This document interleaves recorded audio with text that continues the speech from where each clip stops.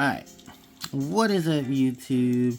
It is I, HPJ, and I'm here with the first discussion video of 2026.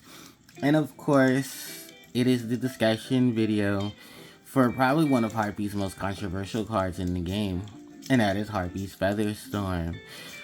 I love this card. But the TCG has issues with it. Of course, TCG has issues with many of things. So it's nothing to be surprised about. And I'm not sugarcoating anything just to keep people's, smiles and their friends happy. Fuck that. That's 2025. We're in 2026. It's time to stop being nice.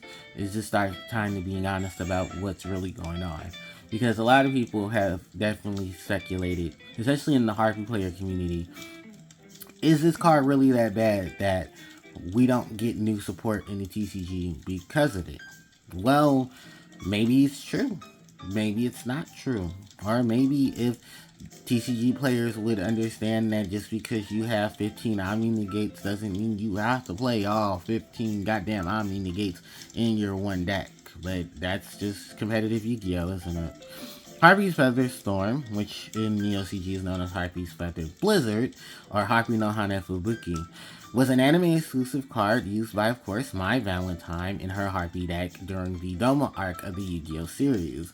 While the Domo arc itself is notorious for many of things, and the plethora of memes in it, this card itself was basically one of those sleeper cards that people did not see because, unfortunately, for those who sleep under a major rock, the Harpie archetype is not beloved within the Yu-Gi-Oh! Community outside of its own its player base of Harpie players, the Gooners, and the waifu lovers, and then those who actually like a decent trap card that actually does something. So it's a very small array of people. Now, with that in tow, the reason why a lot of controversy has been sparked about this card is simply because of its usage that's been going on in competitive scene. Now, I will address all of that as well, but I want to give some more information about this card before we go into it. The information about this card is that the span of this card's release, it wasn't actually too long between the TCG and OCG. If you're in the OCG, you got this as part of the 20th anniversary pack Wave 1. It was a pack of cards that were released for the 20th anniversary of the Yu-Gi-Oh! Franchise. Later on here in the TCG, we got something similar called Duelist Saga, which was importing a majority of that set into the TCG. Now, in the OCG, this 25th anniversary collector anniversary pack Wave 1 was released December 17th of 2016. It was only a couple of months later in the TCG with Duelist Saga that was released March 30th of 2017, where this card made its TCG release. Now, this card itself was primarily played in Harpie as a way to utilize Feather Storm to deal with monster effects that your opponent threw at you, and for many good reasons. Only problem, this card could not fully activate all of its effects because Harpie's Feather Duster was still banned in the TCG and was only unbanned as of 2020. Yeah, it took literally another 3 years for them to unban the card associated with this card. Yeah, ain't that something? Well, hey, at least we did get it, so I can't complain too much about it.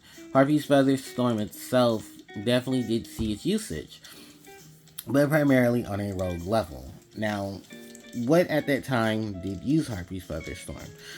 Well, of course, the archetype that it fits in, Harpie. And with the fact that Harpie had so many utility cards that every Harpie monster was able to use this card. Had this card at his pool. You can just leave a Harpie monster on the field, and then bam, play Harpie's Feather Storm. So that stopped the Maxies, the Ash Blossoms, the Effect Bear, all of that. It was meant to stop all of that with one ease. And the thing about this card was that it wasn't until years later where other archetypes started using this card. Primarily fit in a small Harpie engine, then be able to access this card as soon as possible via any effect that can bring trap cards from the grave or from the deck into your hand so that you can utilize it, whether setting it on the field or having it in your hand and having the Harpie monster being accessible because of such.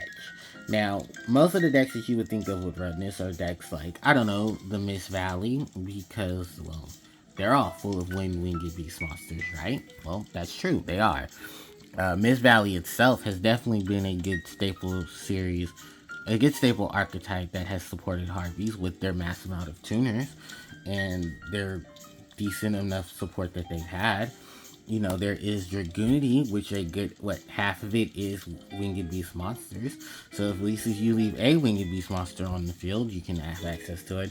But then also remember that Dragoonities are dragons, so they have access to every dragon utility card that they have, including the tons of Omnigits that were accessible to them. Then, if we move those out of the way and go more modern we'll go into modern Yu-Gi-Oh!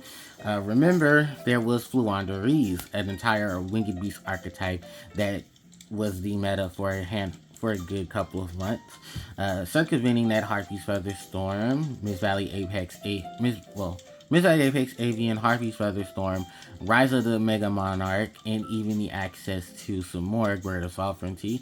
Oh, and Barrier Statue of the Stormwind took advantage of the presence of Harpie's Feather Storm, even locking in some of the Harpie extra deck monsters so that you can utilize cards like Pot of Prosperity, Pot of Duality, and even Pot of Extravagance so that it help you thin out your deck to get to your pieces as soon as possible.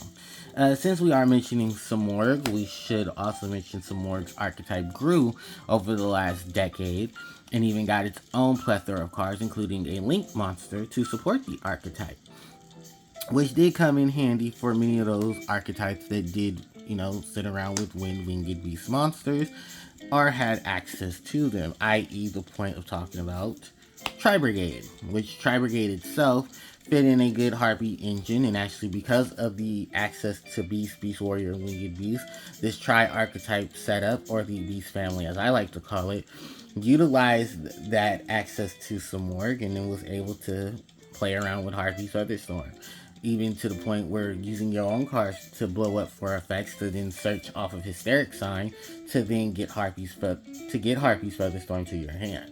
That way you can have it and utilize it if you had, let's say, Harpie Conductor on the board with any of your other Tri-Brigade monsters and being able to drop it from your hand. So it definitely gave this other, meta incorporated deck some more love, while also giving this very rogue deck and strategy archetype its own variation of support too. Because Samorg did have a lot of support, it's just unfortunately here in the TCG, Samorg is banned. So it's Barrier Statue of Stormwind. And thankfully Avian didn't get hit in the process. Then from there, of course, is Raziel and Primite, some of the more newer contenders of the Yu-Gi-Oh! Franchise. Now, why am I mentioning these two? Well, Primite focuses on using normal monsters and variation of normal monsters to advocate their effects and abilities. Being is that they can utilize secondary effects if a normal monster is present. Because this archetype does center around summoning or putting into play normal monsters with ease, Harpies were a good aspect because, well, they bring out the Harpie Lady, they somehow or another add the Feather Storm to the hand, and then just sit on it.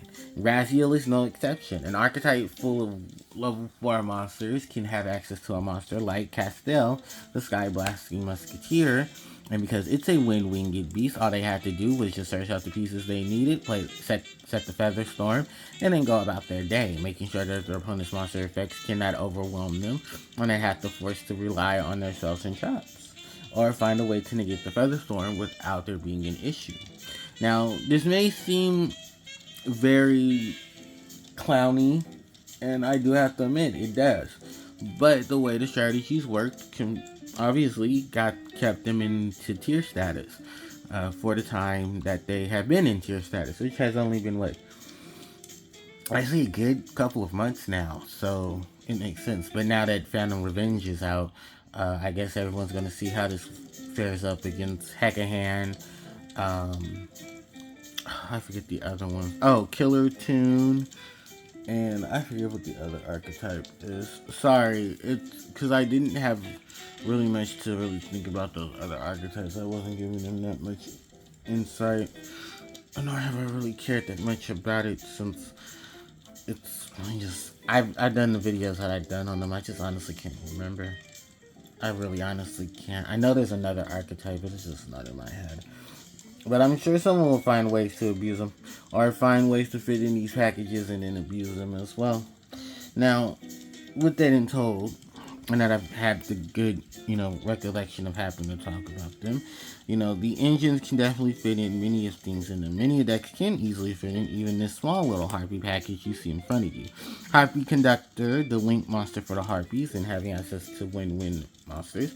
You can easily stack on 2 Harpie Ladies, send them to the grave, and either summon their Synchro Monster, Cyber/Harpie Lady, or you can play Harpie Conductor. Even most Synchro decks try to fit in a Cyber/Harpie Lady because she's really easy to make. All you need is a tuner and a non-tuner, and then bam, here she comes. Not to mention the fact that, you can also use a Harpie monster for her Synchro Summon. Yes, that's right. In her effect, as one of the conditions, you can use the Synchro Summoner to cheat her out. You can use a Harpie monster for her tuner. Which is why some Tri-Brigade decks use Harpie's Pet Dragon Fierce on Fire and combined it with Nerval so that they can synchro into her and have another access point for Harpie's Featherstorm if they didn't already have access to Conductor, which at that time they had access to both. I'm going to be honest, because now that we've gotten most of that out of the way, let's talk about this card just in general. Is Featherstorm the reason why the Harpie archetype has not gotten support? It possibly could be. We've seen Rush Duel give Harpies a structure deck, 2 sets of cards within the 5th anniversary of Rush Duel, and then the core set that came after. We haven't had a core set release of Harpies in over 12 years now, going on 13, because Lord of Tachyon Galaxy was the last time we had a main set wave of Harpie support. And I'm not talking like 1 or 2 cards, no. I'm talking a main set. Like, legitimately, these cards are here. Because outside of Legendary Duelist Pack Sisters of the Rose, we didn't have much else after. We really didn't. We had just spriggets of, hey, look, reprint set. Here you go. Hey, look, we're going to reprint these cards. Remember in Stampede where they just gave us Harpie Channeler and it was like, you forgot about the dragon she tames? That too. Competitive Yu-Gi-Oh! And even Konami does not care for Harpie. Let's put it out there. If they did, we'd have more Harpie support. If we did, Harpies would probably be rogue. But even then, it's just an engine. No one really is actually pushing this outside of the Harpie players who play it. And even then, it's very hard at this point in time to really find a solid Harpie deck that actually can compete with the meta, because honestly, we can't. We don't have the 15 Omni Negates that most of them do. Tons of them still hold on to a good wave of stuff and get consistency within the last couple of months within their releases, because we've seen that already. Even with the deck building sets, once the deck building sets come out, the next thing you know, bam, here's the wave of support cards for them in the next 2 sets. So it's like, well, damn. And competitive players, you only care about this card because most of your Omni Negates have now been banned. We've seen that with, tons of extra deck monsters, a heavy amount of anti-special summon cards. Hell, even the TCG just banned 2 more of the barrier statues in Fossil Dyna. Oh, and that one dragon-looking thing that's not a dragon but a pyro because of the same situation. So it's definitely does the TCG have this urgent need to Omni Negate? Yeah, they do. Because I rarely hear from the OCG, but then again, I'm just some content creator that just makes Harpie content. I don't know what the hell I'm talking about half the time. You said it, not me. I'm just saying it out loud so you guys don't have to say it in the back. So, I mean, it is what it is. What can we do? I mean, if the card gets banned, I mean, fuck it. It's going to hurt Harpie decks tremendously. But then at that point, if you're going to ban it, we need to see some new Harpie cards come out right after. Or an announcement of new Harpie cards. But the OCG has this card. Nothing has gotten crazy. They have some more. Nothing has gotten crazy. Hell, you banned Barrier Statue of the Stormwind. You banned Union Hanger.